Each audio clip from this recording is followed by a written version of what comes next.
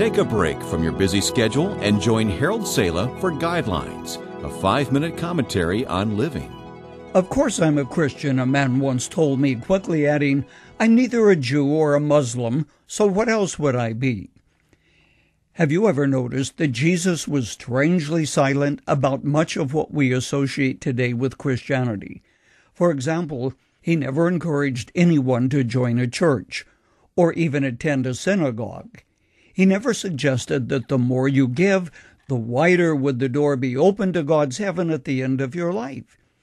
He did, however, use straightforward, even stark language, the kind at first you would think was intended to actually keep people from joining the ranks of the faithful. Or rather, was it to clarify, without any misunderstanding, what he demands, something that is neglected in our me-first culture today? On one occasion, Jesus told his followers that if their love for him was not so great, that it made ordinary relational love, like that which you have for your parents or your wife and children, seem as nothing, you could not be his disciple. On another occasion, his words must have shocked his listeners as he said, If anyone would come after me, he must deny himself and take up his cross daily and follow me. 3 steps, said Jesus. First, deny yourself. Then take up your cross. Finally, start following him. All of this, of course, runs counter to our old nature. We're living in a culture of self. Look at the advertisements in your paper. Check out the commercials on TV, the billboards which confront you as you drive across town, the messages you get reading magazines. They say, you are the focus of the universe. You deserve to be served. But denying yourself goes far beyond simply going into a cloister or a convent and nailing the door shut.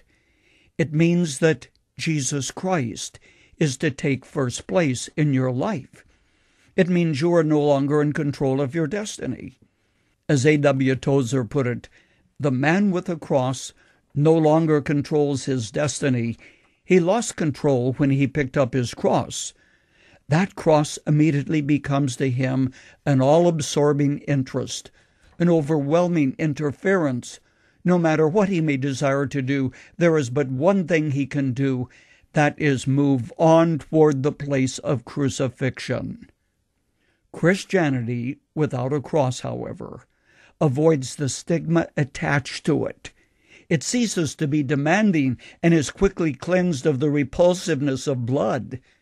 But it is useless and powerless. That is why following him is the important part, the sequel to acknowledging his control. A closing thought. Understanding God's purpose for your life is exciting and tantalizing. It has a fascination reflected in the eyes of millions of people. And God does have a purpose for your life. It centers in your obedience. It's all about God, not you.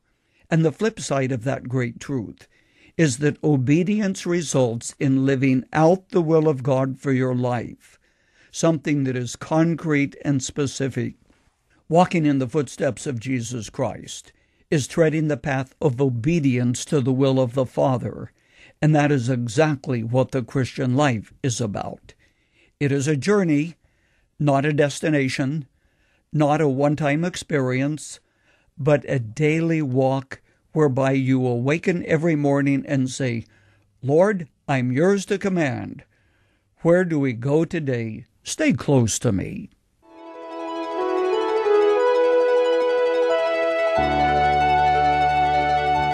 You've just heard Dr. Harold Sala with Guidelines, a 5-minute commentary on living.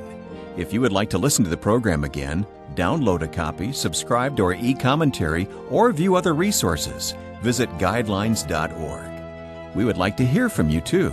You can email us at info@guidelines.org.